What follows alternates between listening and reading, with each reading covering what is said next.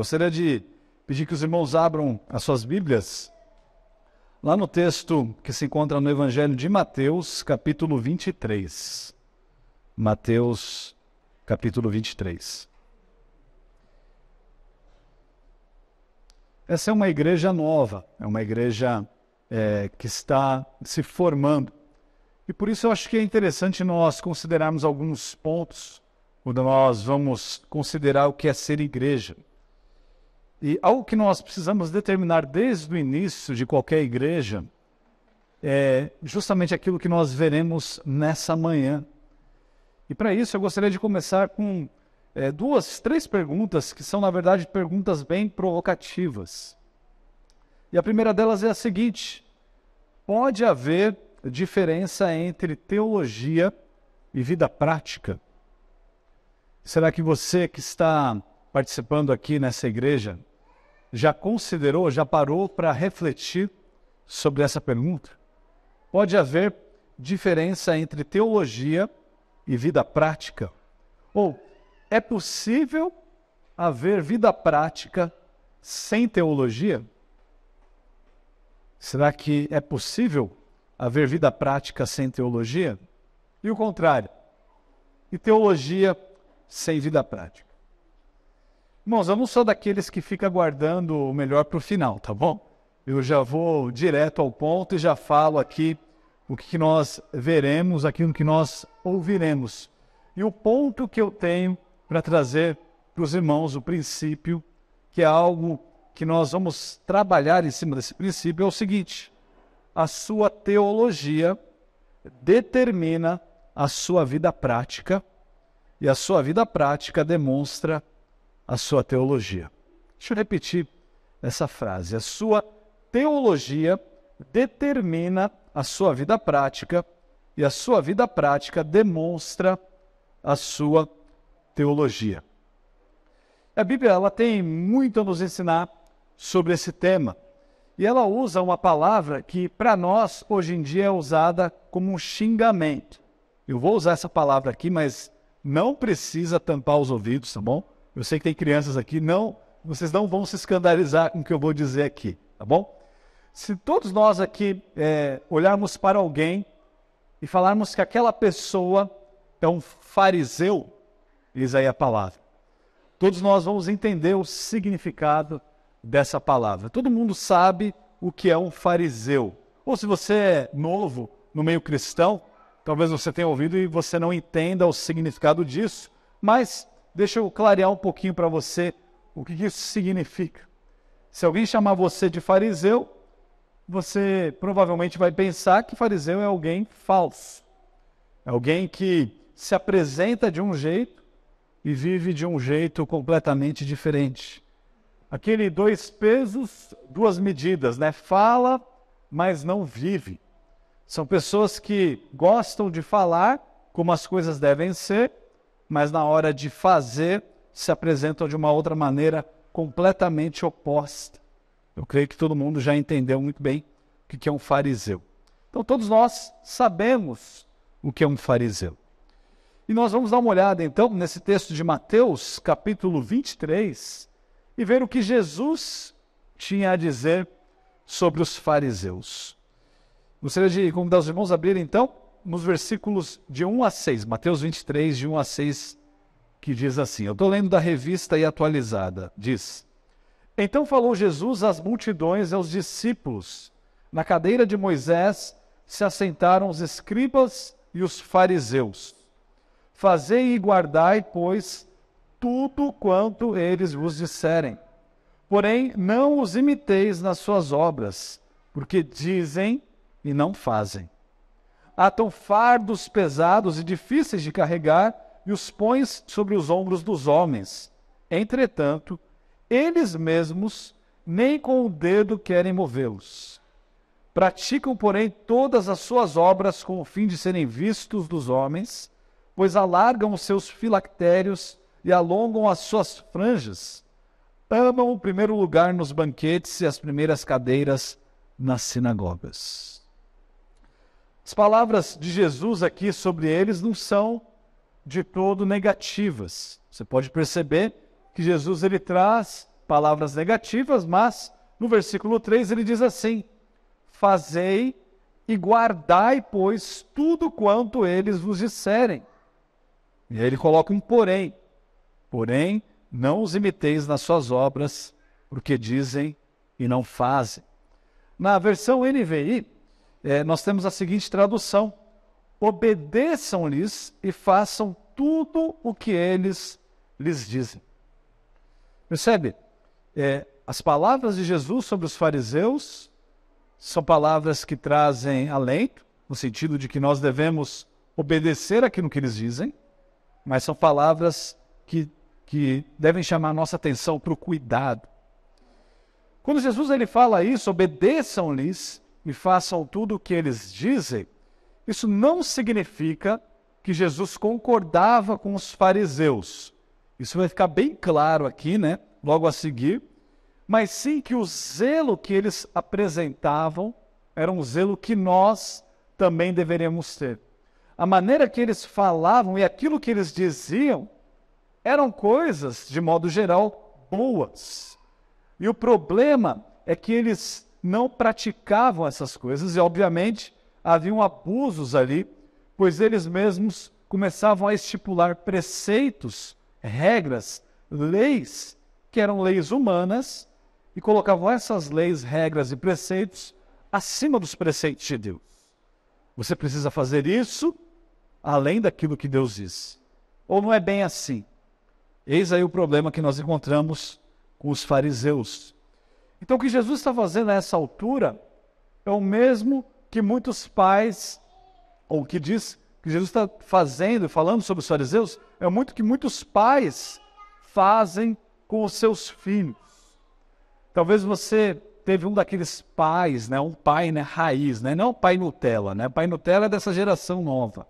O pai raiz é aquele que dizia assim, né, faça o que eu falo, não faça o que eu faço. Não que isso seja algo bom, tá bom? Mas talvez você se identificou aí com essa frase, você se lembrou do seu pai dizendo essas coisas. Eles diziam as coisas como é que elas deveriam ser, mas não necessariamente cumpriam essas coisas. E o que Jesus está dizendo é que sim, os fariseus, quanto ao zelo, eles cumpriam a lei ali, eles eram pessoas que demonstravam ter um zelo pela lei e que estavam corretíssimos nisso, mas o problema é que eles não obedeciam à lei como eles diziam que eles faziam ou como eles obrigavam as pessoas a fazer. Agora, lembra quando o apóstolo Paulo ele foi preso, lá no livro de Atos, e ele apresenta a sua defesa? Dá uma olhada lá em Atos, capítulo 22, no versículo 3. Atos 22, 3. Olha que interessante. Paulo diz assim, fazendo a sua defesa: eu sou judeu, nasci em Tarso da Cilícia, mas criei-me na cidade e aqui fui instruído aos pés de Gamaliel, segundo a exatidão da lei de nossos antepassados, sendo zeloso para com Deus, assim como todos vós o sois no dia de hoje. Irmãos, ele foi instruído aos pés de Gamaliel, o líder religioso fariseu. Atos capítulo 5, versículo 33 vai dizer isso. Agora, em Filipenses, capítulo 3, versículo 5, Paulo acrescenta, ele diz assim: fui circuncidado ao 8º dia, da linhagem de Israel, da tribo de Benjamim, hebreu de hebreus, e quanto à lei, fariseu. Você acha que Paulo era alguém assim meio diferente, fora da caixinha? Alguém, sabe, se nós olhássemos Paulo nos dias de hoje, talvez nós o identificaríamos como alguém estranho até mesmo, né? Sabe por que eu acho que Paulo ele tem essas características? Justamente porque ele era fariseu.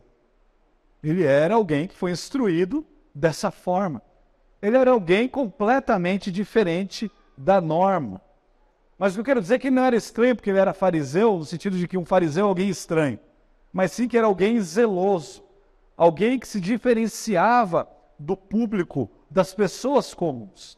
Ele era extremamente zeloso. Tem um livro, o segundo livro mais lido depois da Bíblia, mais vendido, chamado O Peregrino. Ele foi escrito pelo pastor e escritor John Bunyan.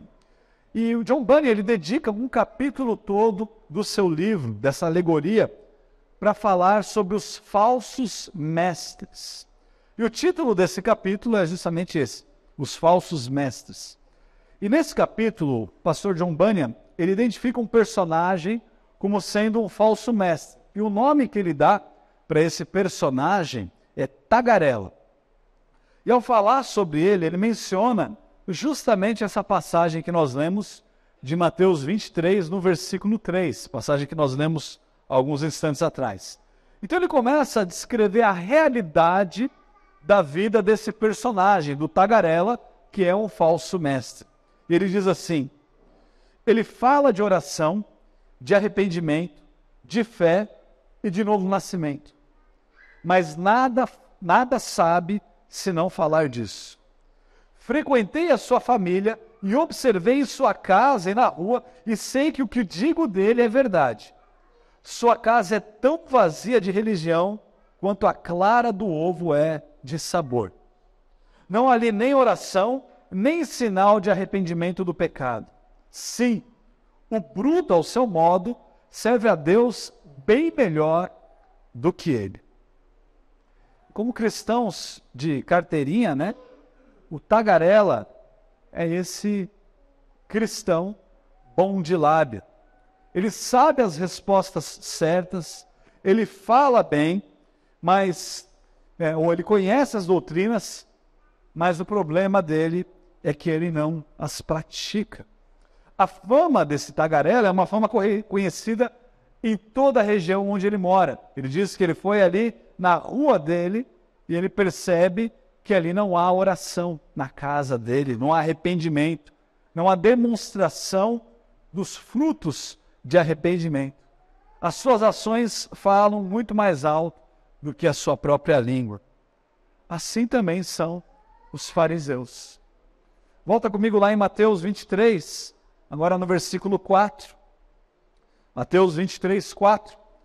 Agora eu vou ler essa passagem da NVI, e ela diz assim: eles atam fardos pesados e os colocam sobre os ombros dos homens, mas eles mesmos não estão dispostos a levantar um só dedo para movê-los. Tudo o que fazem é para serem vistos pelos homens. Eles fazem seus filactérios bem largos e as franjas de suas vestes bem longas. Gostam do lugar de honra nos banquetes e dos assentos mais importantes nas sinagogas. Esse versículo 4 é um versículo que chama a nossa atenção. Atam fardos pesados demais e colocam esses fardos, esse peso, nos ombros dos homens. Mas eles mesmos, esses não estão dispostos a mover nenhum dedo, a fazer absolutamente nada para carregar esses fardos. O texto também diz uma palavra aí que não é tão comum para nós, né? Os filactérios. Os filactérios, eles eram aquelas caixinhas de oração que os judeus, homens, usavam na testa e também no antebraço esquerdo, que serviam ali como um auxílio devocional durante os momentos de oração. E o que eles faziam? Eles transformavam essa caixinha, que continha algumas orações, em algo gritante, grande, para que as pessoas pudessem ver a pessoa e olhar para aquilo que era gigante na sua testa e no seu antebraço e perceber que eram pessoas de zelo. Olha só como essa pessoa é zelosa pelas coisas de Deus. E eles pegavam também as franjas das suas vestes, e essas franjas elas eram amarradas nas bordas das roupas, para lembrarem essas pessoas das leis de Deus e lembrá-las a cumpri-las. E o que eles faziam? Eles alargavam, aumentavam o tamanho das suas franjas. Isso sem contar que eles buscavam o lugar de destaque nos locais de adoração, nas sinagogas onde eles se encontravam. Mas quando Jesus ele fala um pouco mais sobre como é que essas pessoas tinham o seu coração vazio. E a descrição toda, você pode ver aí a partir do versículo 10, e eu vou deixar isso como a sua lição de casa nessa manhã, para que você observe as palavras de Jesus sobre os fariseus e também sobre os escribas que ele tem aí em Mateus 23, a partir do versículo 10. Bom, você deve estar pensando aí, sim, de fato, eu sei que a coisa naquela época era feia. Eu sei que os fariseus eram pessoas que não eram confiáveis. Eu sei de tudo isso que você está falando. Mas eles eram fariseus, na verdade. O texto diz, eles eram fariseus. Eles não eram nem salvos. Eles eram falsos mestres. Tudo bem.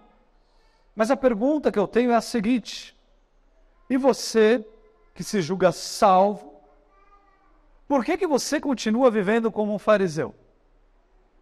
Se você que é salvo e foi salvo pelo sangue de Cristo, por que você continua vivendo como esse que é um fariseu? Percebe, irmãos? Você consegue entender o ponto aqui? Eu não tenho dúvidas de que esses homens eram falsos mestres, que é uma categoria pior do que ser apenas um ímpio. Tá? Era uma categoria ainda pior. Eu não tenho dúvidas disso. Pois assim como o tagarela fazia, em poucas palavras, o que os fariseus faziam era justamente isso. Eles desvalorizavam a graça de Deus. Eles menosprezavam a graça de Deus. E se um dia a misericórdia de Deus encontrou você, te encontrou, houve uma transformação de vida. E essa transformação é necessária. Porque uma vez que nós somos salvos, algo deve mudar. Todas as vezes que há um nascimento, um novo ser é produzido, é formado. E no novo nascimento, um novo ser é formado. Um novo ser é produzido. E o ser produzido pelo novo nascimento é um ser que não vive mais à luz do que o mundo determina, mas que vive à luz do que Deus estabelece na sua palavra. E a sua palavra é a Bíblia, aquilo que nos foi revelado. O apóstolo Pedro, ele nos ensina na sua primeira carta, ainda no primeiro capítulo, que o novo nascimento, ele produz 3 coisas. Ele diz que o novo nascimento produz um sincero amor pelos irmãos. Está lá nos versículos 22 até o versículo 25 de 1 Pedro 1. A segunda coisa que o novo nascimento produz é um arrependimento pelo pecado. Isso já está no capítulo 2, versículo 1. E por fim, o novo nascimento, ele produz um desejo de crescimento espiritual. Isso está lá no versículo 2 do capítulo 2. Vamos dar uma olhada em 1 Pedro, então, 1, versículo 22.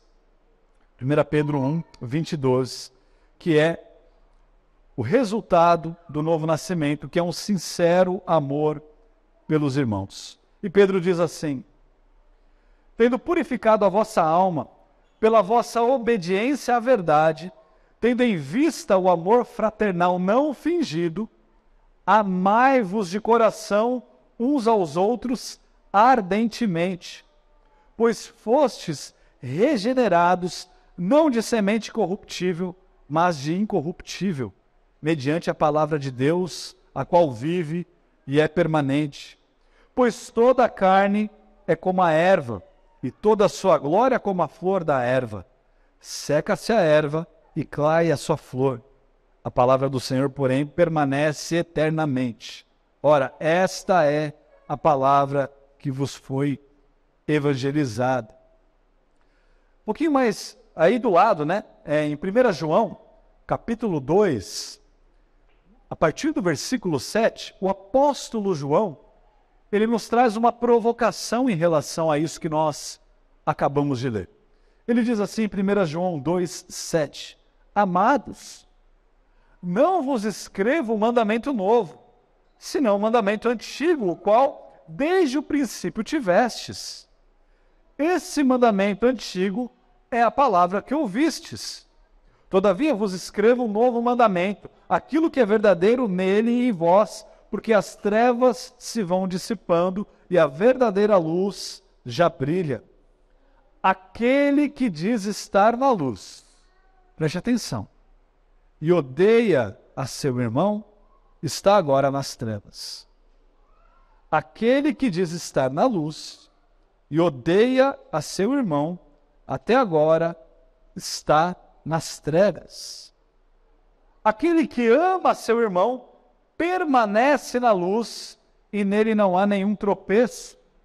Aquele, porém, que odeia a seu irmão está nas trevas e anda nas trevas e não sabe para onde vai, porque as trevas lhe cegaram os olhos.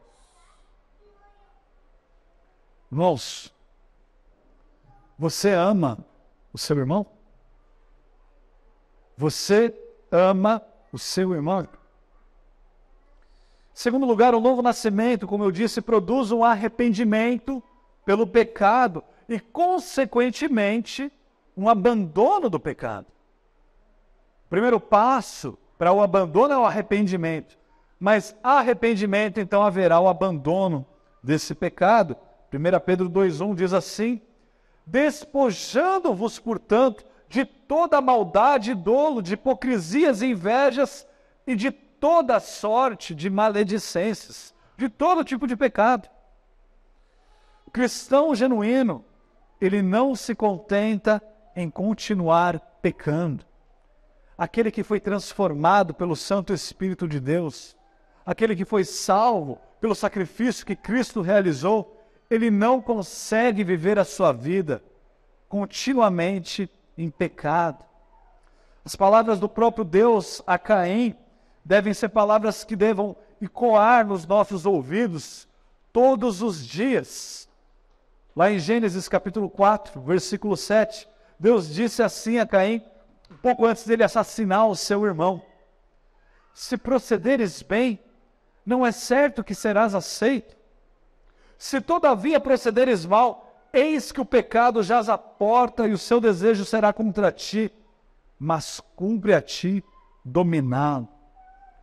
Irmãos, uma vez que nós fomos salvos pelo sangue de Cristo, nós devemos entrar num estado de luta contínua, de abandono e substituição. Essa é a maneira que nós abandonamos o nosso pecado. O apóstolo Paulo, ele nos ensina isso lá em Efésios, a partir do capítulo 4.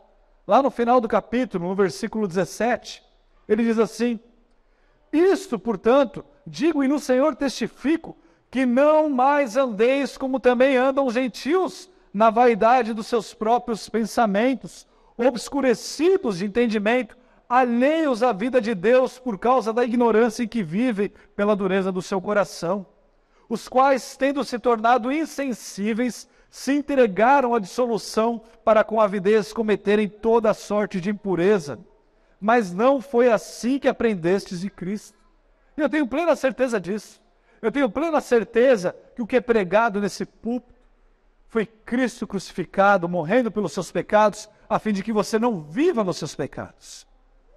Então o argumento de Paulo é que, se de fato o tendes ouvido e nele fostes instruídos, segundo a verdade em Jesus, no sentido de que, quanto ao trato passado, vos despojeis do velho homem que se corrompe segundo as concupiscências do engano, e vos renoveis no espírito do vosso entendimento, e vos revistais do novo homem, criado segundo Deus em justiça e retidão procedentes da verdade.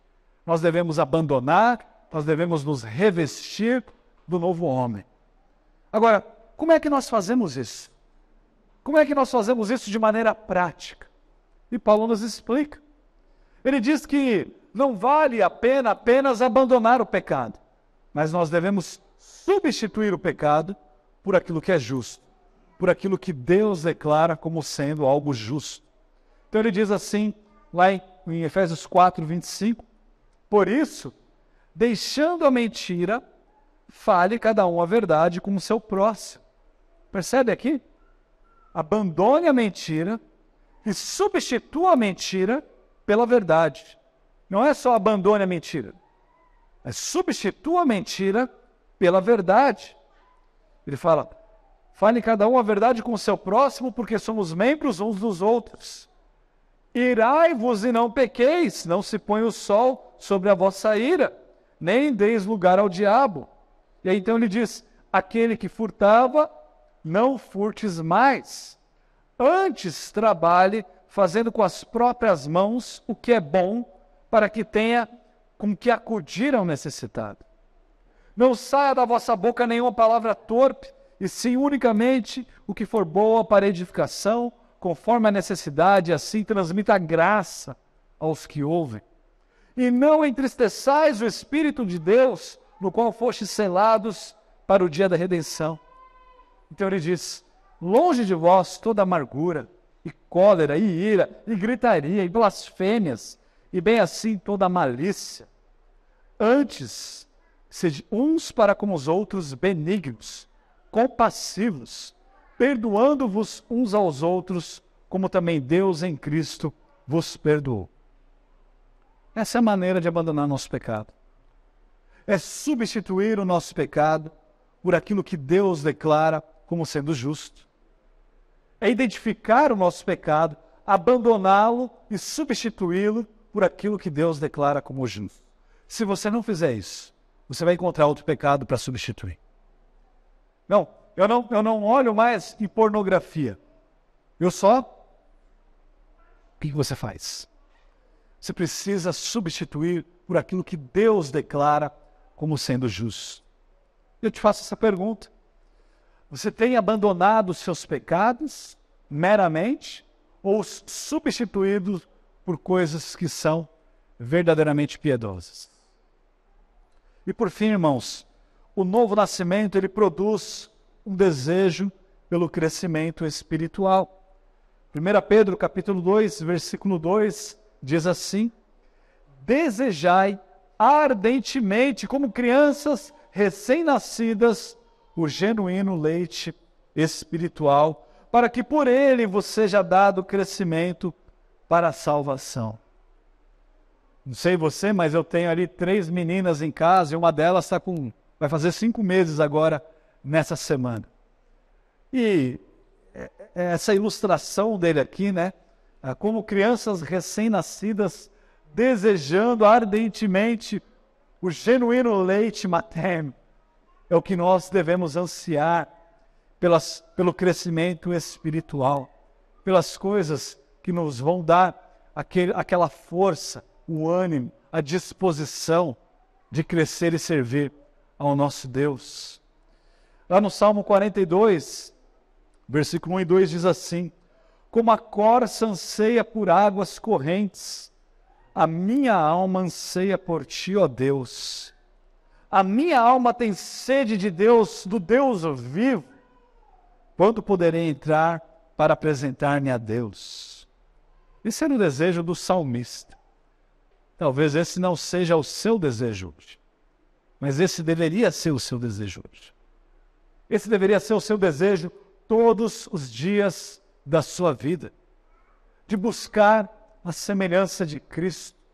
E ao buscar a semelhança de Cristo, você necessariamente crescerá espiritualmente.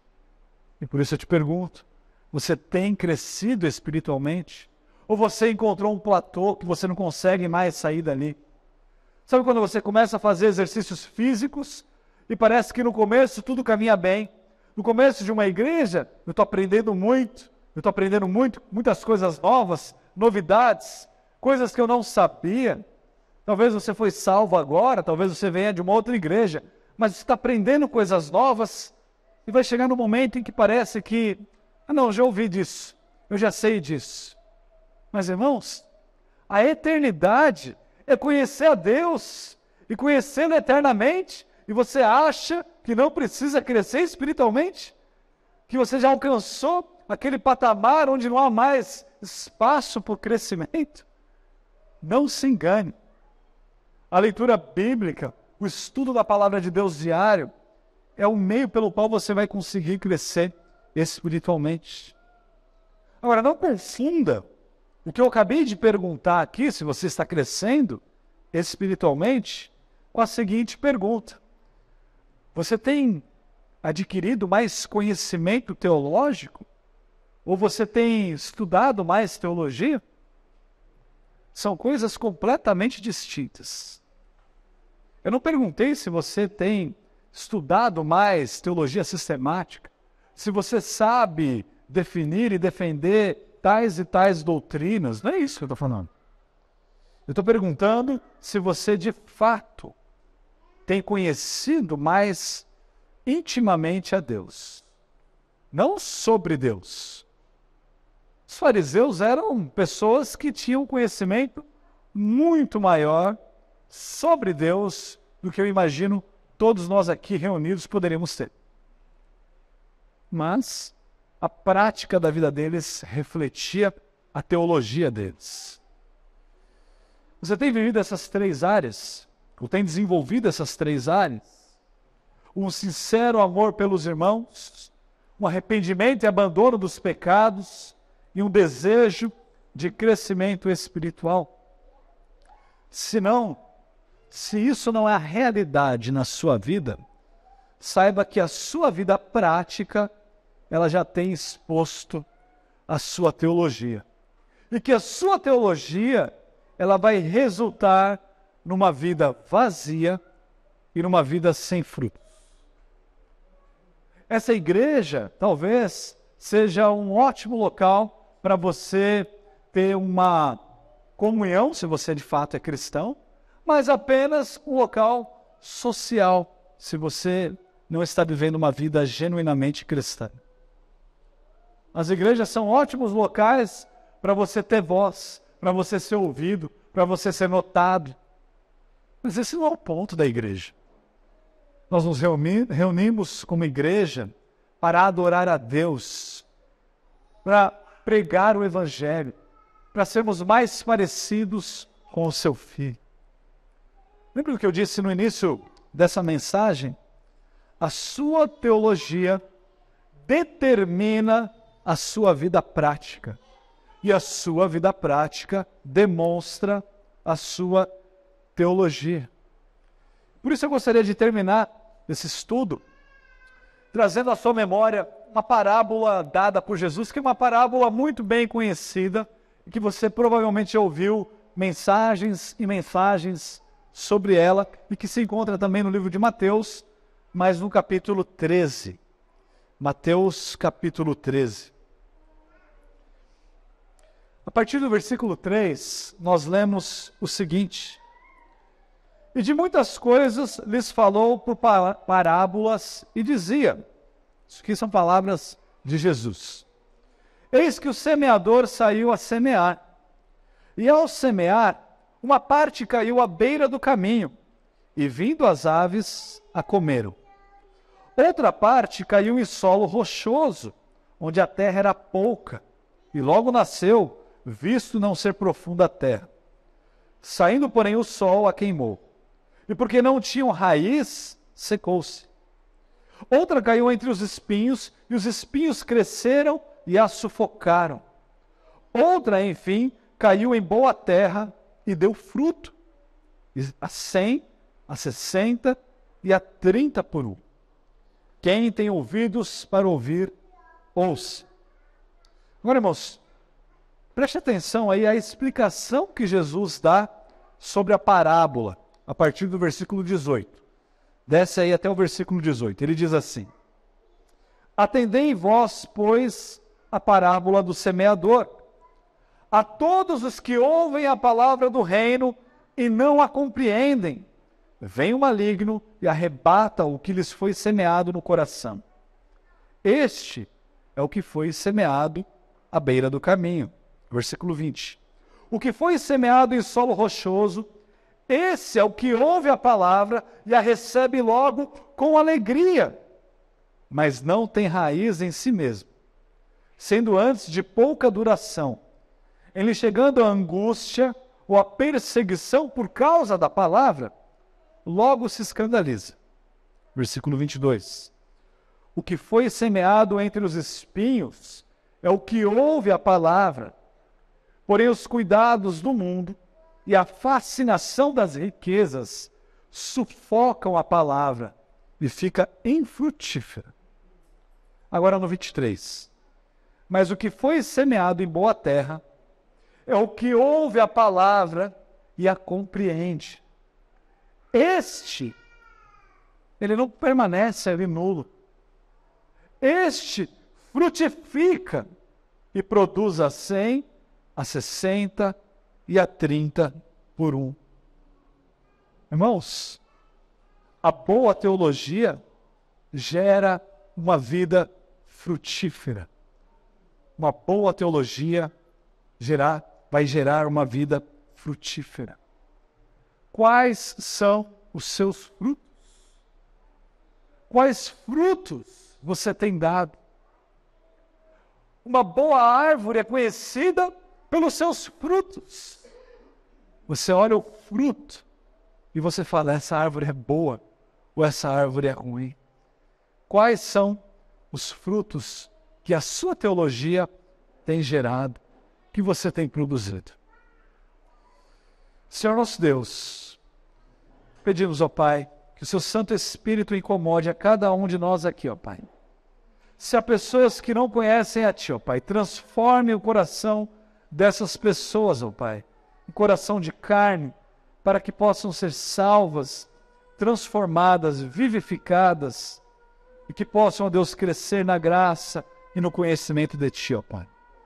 Aqueles, ó Deus, que estão reunidos nessa igreja, ó Pai, incomode-os, ó Pai, para que eles possam amar ao próximo como eles amam a si mesmos, para que eles amem ao Senhor em primeiro lugar, para que eles confessem os seus pecados e abandonem os seus pecados, ó Pai, e que eles tenham esse anseio pelo crescimento espiritual, para que eles possam a cada dia buscar com zelo, ó Pai, serem mais parecidos com o seu Filho, não para que sejam notados, mas que possam, ó Deus, trazer glória e honra ao seu nome, ó Pai, para a honra e glória de Ti.